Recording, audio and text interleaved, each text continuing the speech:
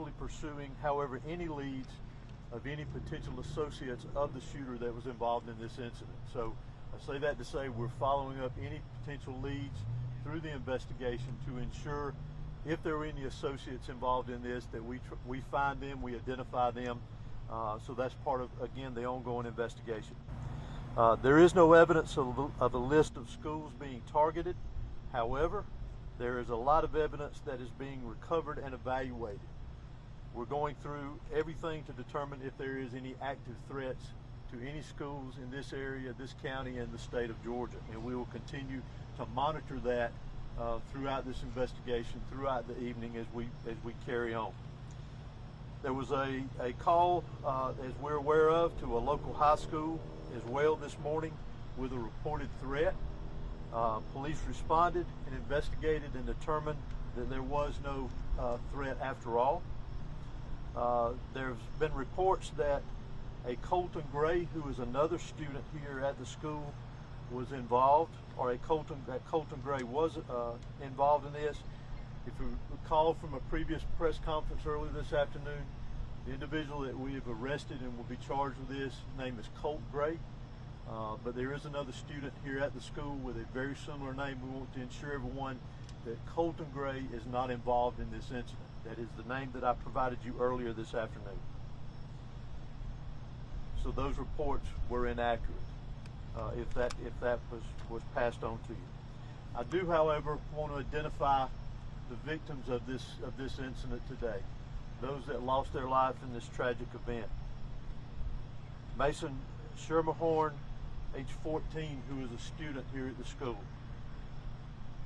Christian Angelo, who is 14, also a student here at the school. Richard Aspinwall, not sure of his age, but he was a teacher here at the school. And Christina Irmery, I'm sorry for my pronunciation, who is also a teacher here at the school. We will post a list of these victims for the correct spellings for everyone later this evening after we complete the press conference here. Also, as it has been released, the FBI's National Threat Operations Center has received anonymous tips in the past of online threats to commit school violence or school shootings at an undetermined location and time. The FBI referred this information to the Jackson County Sheriff's Office for action. The Jackson County Sheriff's Office identified and located Gray, who is our suspect in this case.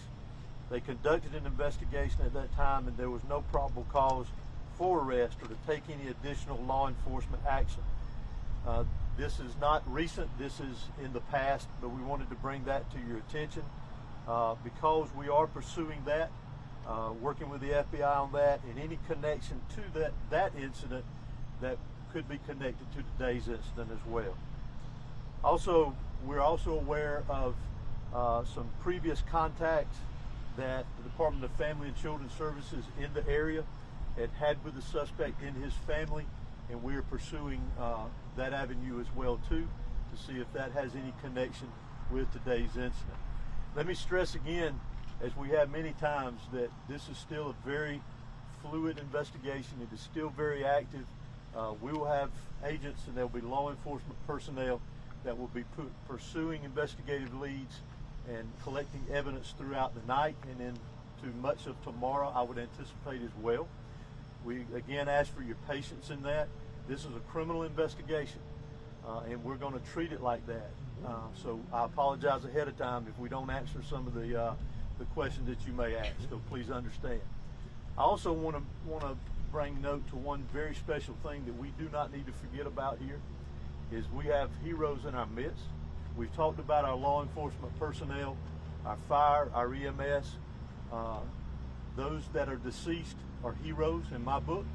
Those that are in the hospital recovering right now are heroes in my book. But also the heroes that we need to remember is our faculty and staff here at this school. They acted admirably. They were heroes in the actions that they took. The protocols in this school and this system activated today prevented this from being a much larger tragedy than what we had here today. So I want to recognize them as heroes because they are.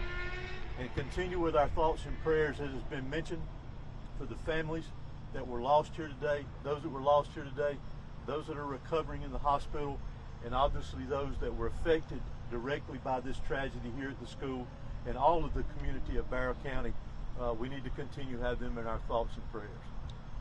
Director, thank you for doing another one of these again. Can you tell us, by chance, since he's being charged as an adult, will he be in court tomorrow? Will there be a first court appearance? Will he be booked tonight? Will that happen? He will be booked tonight. I'm not sure of the court appearance, but it will be within a reasonable amount of time. Is there anything that you can share to us about the weapon that was used, by chance? The weapon that was used in this was an AR platform style weapon. So how did Mr. Gray get the gun into this? We're still investigating that aspect of it. Did he go out of the classroom, get the gun, and come back? We've heard some of that from some students. We're still trying to clarify a lot of the timeline from the time that he got here to school today until the incident took place. And last one from me. I mean, so often, I know people at home, we always hear something that the FBI has heard something about someone who goes and does one of these tragic events.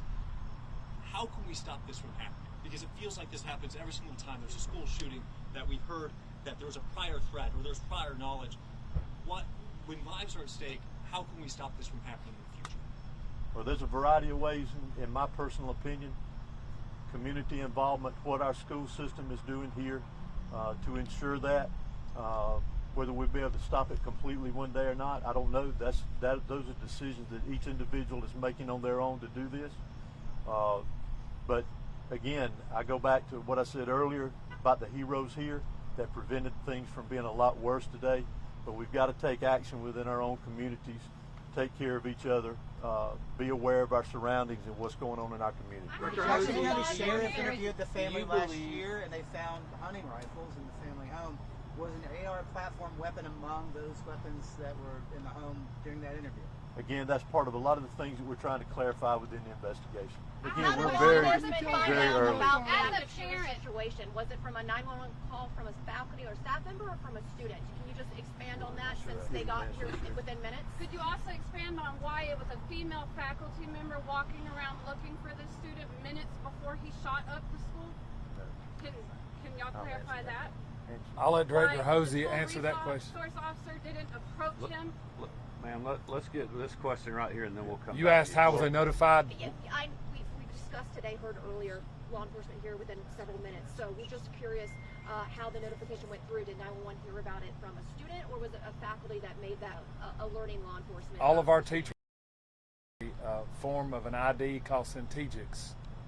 And Centegix alarms us and alerts the law enforcement office after buttons are pressed on an ID, and it alerts us that there is an active situation at the school for whatever reason, and that was pressed. And we've had that about a week now. And we've heard stories of students actually pulling other students while they're in the hallway, while all this chaos is happening, while shooting is going on. We've heard stories about students pulling their classmates into the classrooms to get them to secure, to get them to safety.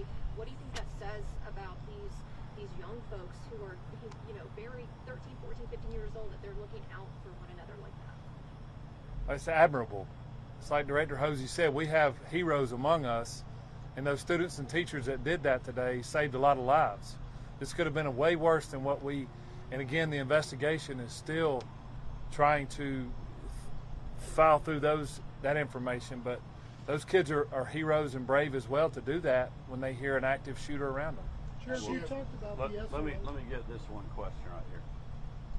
Did you have something else, ma'am? No, it was me. Okay. I was asking, why did the school resource officer not go looking for this kid and approach him? And why they sent a female faculty member to the room, to the algebra room he was in with my daughter, looking for him instead of the school resource officer? Or why the school allowed this boy to come and go from the class all the time. He would go and sign up for the restroom pass, leave the class, and come back sometimes, and sometimes never come back. He has been wandering this school. With all due respect, ma'am, I think your information is incorrect, and our investigation is going to lead to what we have, and we will be glad to answer your questions once that's done. I guess victims are lying to me then. Possibly. Sheriff, what can you tell us about the SROs? You talked about a lot of heroes. You talked about how one of the SROs encountered the shooter. What can you tell us about them, who they are, how long they've been working here, and what they did today? both of the SROs that are here at these high schools, at all of my high schools, I have 2 there.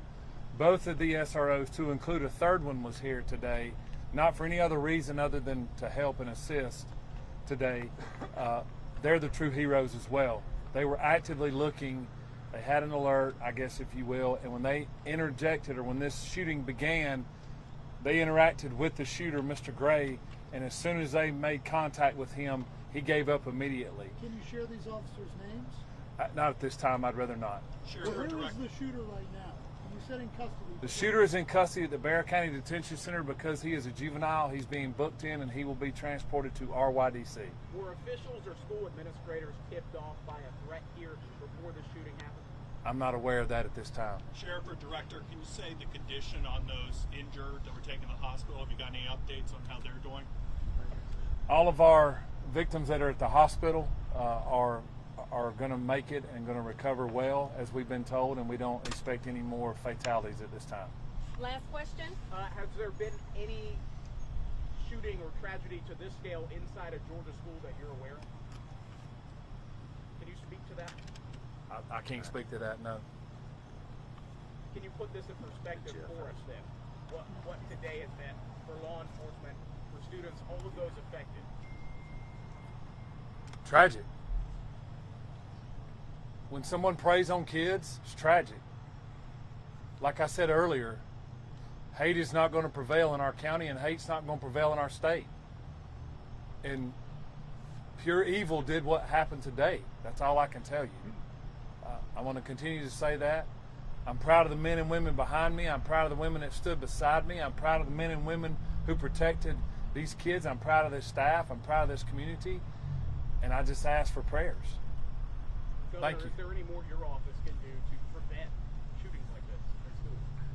Well, look, we've done a tremendous amount on school safety, but today is not the day for politics or policy. Today is the day for an investigation, to mourn these precious Georgians that we have lost, to thank the first responders that went, into the line of fire, the school staff, superintendent, the principal, and others that are just trying to hold this community together. That's what we need to be focused on right now. We also had a tragic loss of a firefighter in Greene County earlier today before this event happened, with an explosion that killed the life of a first responder that, again, was running in to danger when many people were trying to run out. And that's what the focus needs to be on tonight. I would ask everybody to continue to keep this community, these victims, and these educators and these men and women in law enforcement in your thoughts and prayers. Thank you. Thank you, Governor. I just want to thank everyone for their patience and taking the time to cover this. We ask that you continue to follow the GBI for updates. As we said earlier, we're going to continue to provide updates. It's very important that we get this information out. But right now, we really want to focus on our victims, and you can, as I said earlier, continue to follow us as we provide additional updates. Thank you. Give the spellings of those victims' names. Yes, I will. Hey, Thank when you. you post cities of residence for the adults, if possible. And I have Give those names here, sir.